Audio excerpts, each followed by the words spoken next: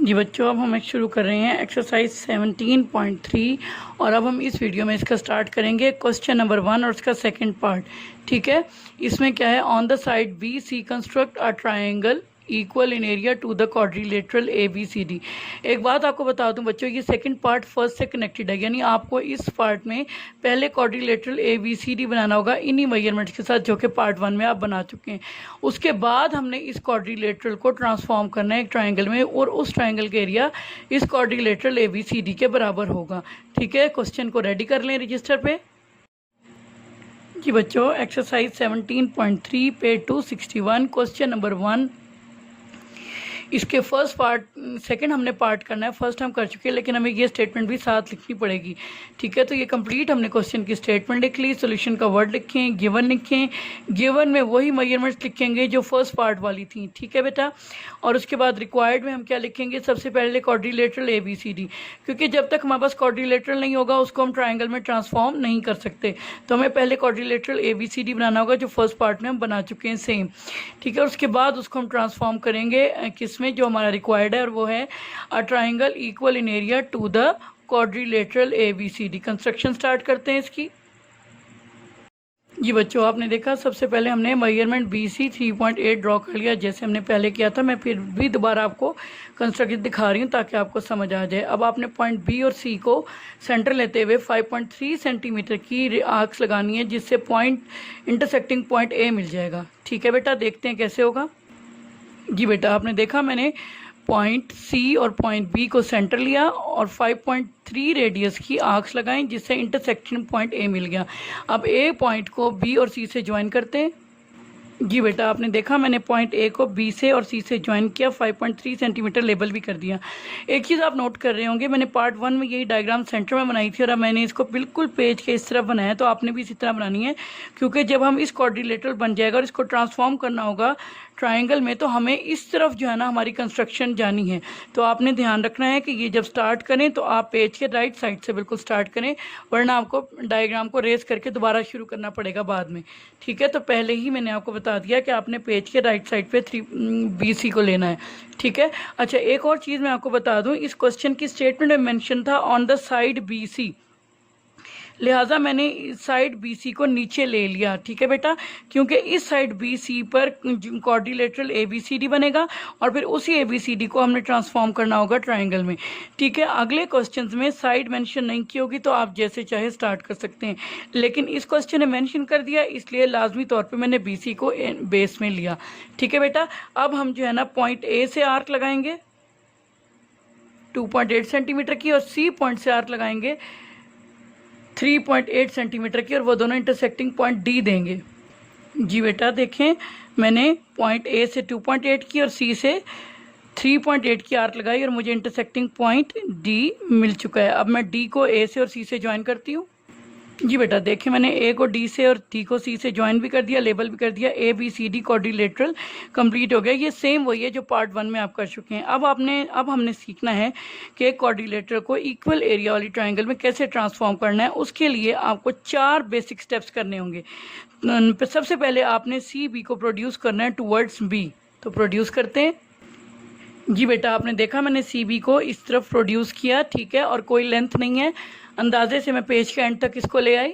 ठीक है, अब नेक्स्ट यानी सबसे पहले आपने इसको प्रोड्यूस करना है। अब आपने एक डायगोनल लेना है। क्वाड्रिलेटरल में कितने डायगोनल होते हैं बच्चों? 2 होते हैं। एक डायगोनल इसका BD है, एक डायगोनल आपको ऑलरेडी नजर आ रहा है AC। ठीक है बेटा, आप दोनों में से जो भी डायगोनल यूज़ करेंगे उसके अकॉर्डिंग आपकी ट्राइंगल बनेगी। अच्छा, मैं डायगोनल BD अगर लूँगी तो मेरी ट्राइंगल इस तरफ आएगी, अगर मैं ट्राइंगल AC लेती हूँ तो मेरी ट्राइंगल इस तरफ मूव करेगी। तो मैं काम करने लगी हूँ ट्राइंगल BD पे, तो मैं B को D से ज्वाइन करती हूँ।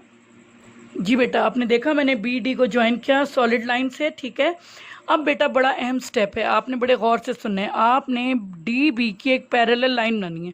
पैरेलल लाइन जब हमने बनानी होती है बच्चों तो हम हेल्प लेते हैं ऑल्टरनेट एंगल की। ठीक है, क्योंकि हमने पढ़ा है ना कि पैरेलल लाइंस के दरमियान ऑल्टरनेट एंगल होते हैं, कोरिस्पॉन्डिंग होते हैं। तो हम इस लाइन को एज ट्रांसवर्सल कंसीडर करेंगे। ज़रा डायरेक्शन देखें बच्चों, ये डी बी जा रहा है और मैंने इसकी पैरेलल लाइन लेनी है, ये ट्रांसवर्सल होगा और यूं मेरी लाइन आएगी, ठीक है, इस डायरेक्शन में, ठीक है। दोबारा देखें, ये डी बी जा रहा है और इसकी पैरेलल लाइन मुझे चाहिए जो कि तकरीबन इस डायरेक्शन में। और पैरेलल लाइन जब भी ड्रॉ करनी होती है वो with the help of alternate angle करते हैं, तब आपने अल्टरनेट एंगल की कंस्ट्रक्शन को बड़ी तवज्जो से देखना और समझना है। अब आप देख रहे हैं यहाँ पर आपने इस पोर्शन को यूज़ करना है। कौन सा पोर्शन? ये इन दो लाइंस को। इस पोर्शन में एंगल नहीं बनाना, आपने डायगोनल और इस ए बी के दरमियान में एक एंगल ड्रॉ करना है। किसी भी सूटेबल रेडियस की आपने आर्क ड्रॉ करनी है, ठीक है। ये देखिए मैंने पॉइंट बी पे रखा, किसी भी सूटेबल रेडियस की, कोई फिक्स मेजरमेंट नहीं है, मैंने लगा ली। जितनी मैंने रेडियस की आर्क लगाई है वही आर्क मैं पॉइंट ए पे रखूँगी और मैं इसके बाहर की तरफ लगाऊंगी। गौर से देखें बच्चों, किसी भी सूटेबल रेडियस की मैंने आर्क ली, पॉइंट बी से मैंने आर्क लगाई और ऊपर वाली दो लाइंस के दरमियान, नीचे नहीं लगानी आपने। और फिर मैंने उसी आर्क को पॉइंट ए पे रख के और बाहर की तरफ लगा देना है, ठीक है बेटा। अब आपका इसके बाद अगला स्टेप क्या है? आपने इस पॉइंट पे रखा और आपने इस आर्क की लेंथ को मेजर किया कि ये कितना एंगल है। देख रहे हैं, ये मैंने मेजर कर लिया, ये मैंने लेंथ ले ली, भी इतना एंगल है। और उसी को मैंने इस पॉइंट पे रखा और यहाँ पर लगा दिया। देख रहे हैं बच्चों, गौर से देखिएगा, ये बहुत इंपॉर्टेंट स्टेप है, ठीक है। अब आपने क्या करना है, इस पॉइंट ए को यहाँ से गुजारते हुए लाइन ड्रॉ करनी है। तो मैं लाइन ड्रॉ करती हूँ। जी बेटा, आपने देखा, मैंने अभी आपको यही बताया था ना, पॉइंट ए को यहाँ से गुजारते हुए आपने लाइन ड्रॉ की, ठीक है।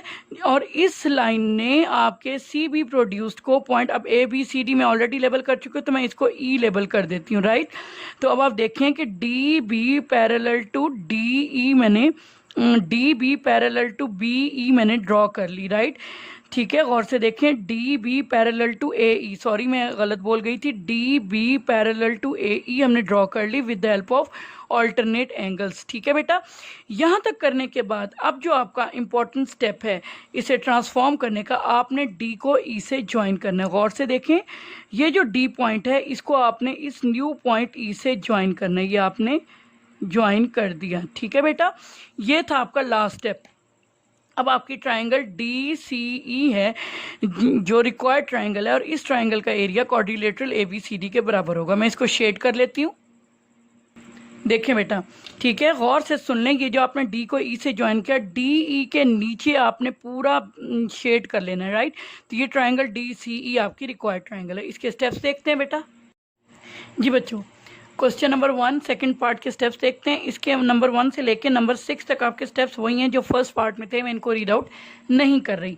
जब आपने quadrilateral A B C D आपको मिल जाती है तो उसके बाद हमने जो स्टेप किया था, ड्रॉ डायगोनल डी बी, हमने डायगोनल को ड्रॉ किया था।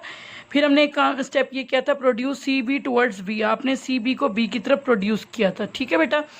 उसके बाद हमने क्या लिखा था स्टेप के, with the help of alternate angles, ये मैंने ऑल्टरनेट एंगल को शॉर्ट फॉर्म में लिखा हुआ है, with the help of alternate angles draw A E parallel to D B, हमने ए ई ड्रॉ की थी डी बी के parallel, which will cut the C B produced at E, जिसने सी बी प्रोड्यूस्ड को point E पे cut किया था, ठीक है बेटा। उसके बाद हमने क्या स्टेप किया था, ज्वाइन डी टू ई, और फिर हमने कहा था hence the triangle D C E is obtained whose area is equal to the quadrilateral ABCD। इस तरह से बेटा आपका क्वेश्चन नंबर 1 पार्ट सेकंड आपने कर लिया है, ठीक है। कोई चीज़ समझ नहीं आई तो अपने टीचर से पूछें, फीडबैक दें। Thank you so much. अस्सलाम वालेकुम।